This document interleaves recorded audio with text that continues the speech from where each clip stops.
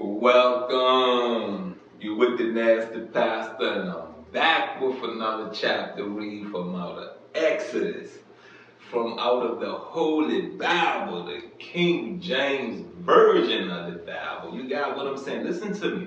The King James Version of the Bible. And if you're not up to date with what's going on with how I'm reading this, and you don't know who King James is, let's talk about King James for a minute. You know what I mean?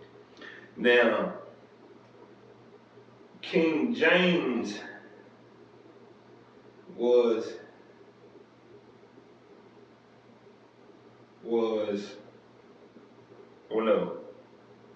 King James race, ethnicity. Now, King James was a Scottish, King James I was a Scottish and English descendant. He was the son of Mary, Queen of Scots, and Henry Stuart, Lord Donnelly. And then it says, you know what I mean, King James was a homosexual. You got what I'm saying? Who wrote the Bible? Okay, what race is King James in the Bible? All right. It says King James was black. That's what it says. Is that what it says? It said King James was black. You know what I mean? But it says that he's a Scot and a descendant of England. You get what I'm saying? So you tell me about back up. King James, who wrote the Bible. There we go. Yeah, the same person, King James I of England, commission of the King James Version, KJV, of the Bible. But let's see,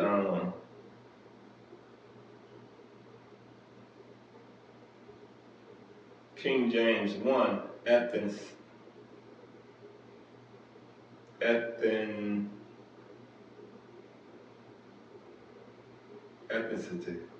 If that's the right word.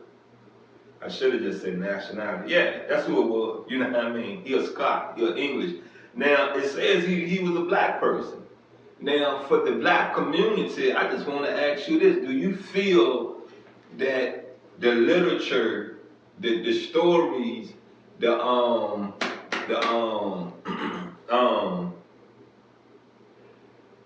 lessons in this Bible was for black people or against black people? If you ask me, I say for. You feel what I'm saying? If you ask me, I say if you're not reading this with some common sense, then you have been tricked.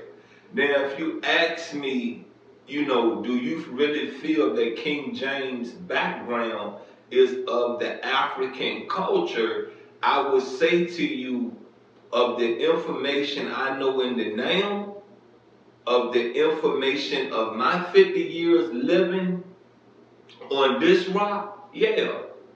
Because see, all black people have ever did to each other was ridicule each other, divide themselves from each other, and hurt each other, and trick each other, and bamboozle each other, lie to each other, steal, kill, and do all the most devilish acts to each other. So yeah, he black. You feel me? In my mind, in my world, yeah, he black. Let's get into this read.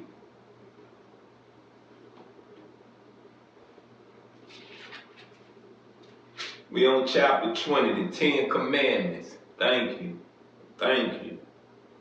And God spoke all these words, saying, I am the Lord your God, who brought you out of the land of Egypt, out of the house of bondage. You shall have no other gods before me. You shall not make for yourself a carved image, any likeness of anything that is in heaven above, or that is in the earth beneath, or that is in the water under the earth. You shall not bow down to them nor serve them, for I, the Lord your God, I'm a jealous God. Look, how many of y'all been following my read? How many of y'all, no, forget the readings.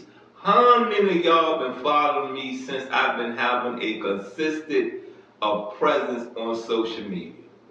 You know, when I started explaining the culture I'm in, I say, you know, I pray to the Lord because the Lord is a jealous God.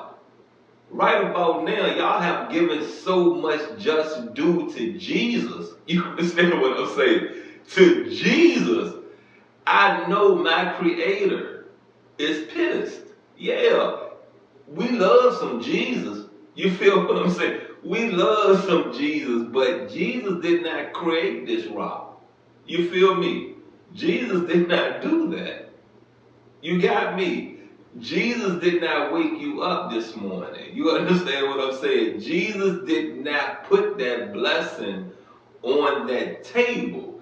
Jesus was the vessel and is the spirit to work the miracle to you. That's the bridge. You understand what I'm saying? That's the bridge. You don't burn that bridge. You get me? Come on, let's roll.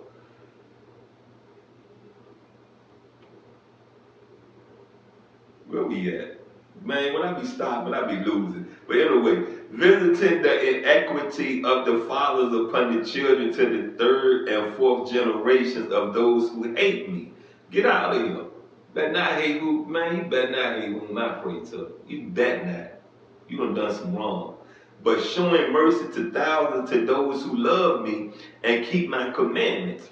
You shall not take the name of the Lord your God in vain, for the Lord will not hold him guiltless who takes his name in vain.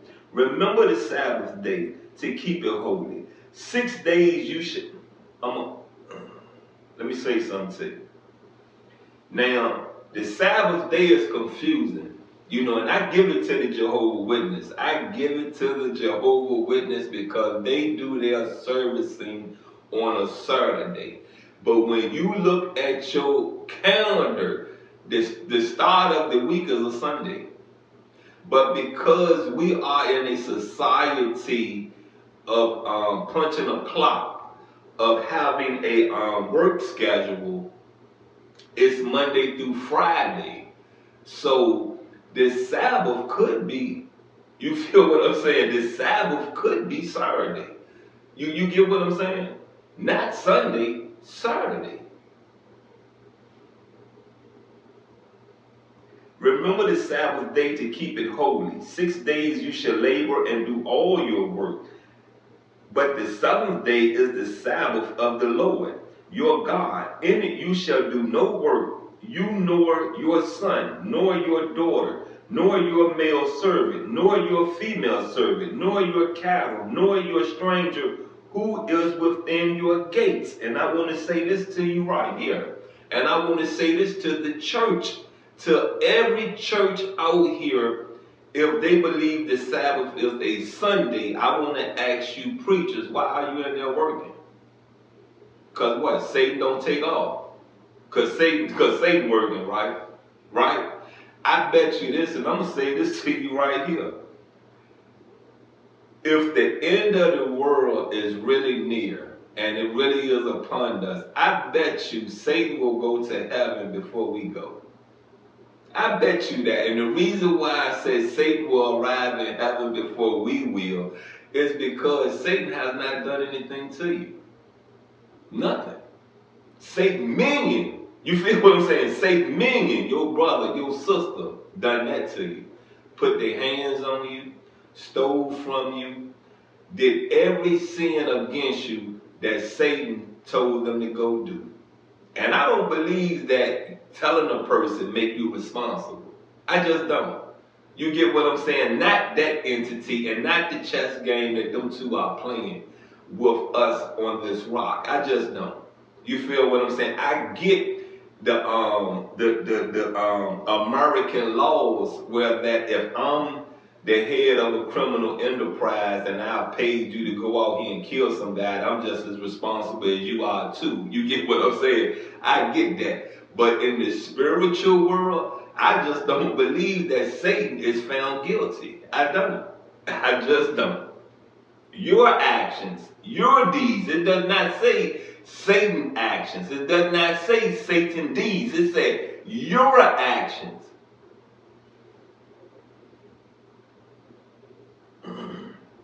For in 6 days the Lord made the heavens and the earth, the sea, and all that is in them. The rested the seventh day. Therefore the Lord blessed the Sabbath day and hallowed it. Honor your father and your mother, that your days may be long upon the land which the Lord your God is giving you. You shall not murder. You shall not commit adultery. You shall not steal. You shall not bear false witnesses against your neighbor. You shall not covet your neighbor's house. You shall not covet your neighbor's wife, nor his male servant, nor his female servant, nor his ox, nor his donkey, nor anything that is your neighbor's. Now, verse 18, it starts off the people afraid of God's presence. Now, I say this to you, the reason I'm not going to elaborate too much on the 10 Commandments, because you should know it. You feel what I'm saying? You should know it. You get me? And if your heart is in the right place of love, of understanding, you was born with that common sense not to do. You feel me? And I know I was born with it, because all the devilish acts my brothers and my cousin them used to do when we was little chaps out here in these Richmond, Virginia streets, I just used to sit there and look at them. Look at them dummies. Look at them. Look at every one of them. Miss Booker Marie never threw hot water on me, but she threw hot water on them. You understand me? You get it? You get it now? I was the watcher. You get it? You understand? They was doing the devilish acts. The people afraid of God's presence. Now all the people witnessed the thunderings, the lightning, flashing, the sound of the trumpet, and the mountain smoking. And when the people saw it, they trembled and stood afar off. Then they said to Moses, you speak with us, and we will hear, but let not God speak with us, lest we die. And Moses said to the people, do not fear, for God has come to test you, and that his fear may be before you, so that you may not sin. So the people stood afar off, but Moses drew near the thick darkness where God was. Now we get into verse 22, and it said, the law of the altar. Then the Lord said to Moses, thus you shall say to the children of Israel, you have seen that I have talked with you from heaven. You shall not make anything to be with me, gods of silver or gods of gold. You shall not make for yourselves. An altar of earth you shall make for me, and you shall sacrifice on it your burnt offerings and your peace offerings, your sheep and your oxen. In every place where I record my name, I will come to you and I will bless you. And if you make me an altar of stone, you shall not, excuse me, and you shall not build it of hewn stone. For if you use your tool on it, you have profaned it. Nor shall you go up by steps to my altar, that your nakedness may not be exposed on it. Anyway, you know what I mean? That's the end of this chapter read. And I just want to say this to you again, you know what I mean? The commandments not hard. They're not hard at all. Now, they're very easy. Very easy. Because I say this to you once again, you know what I mean? If you ask for things, you shall receive it. You get it? Sometimes you're not asking the right person, because you have, how to put this, you have caught them on a bad day, that there are what? Enough for just them. You understand what I'm saying? Enough for them. They don't have enough for you.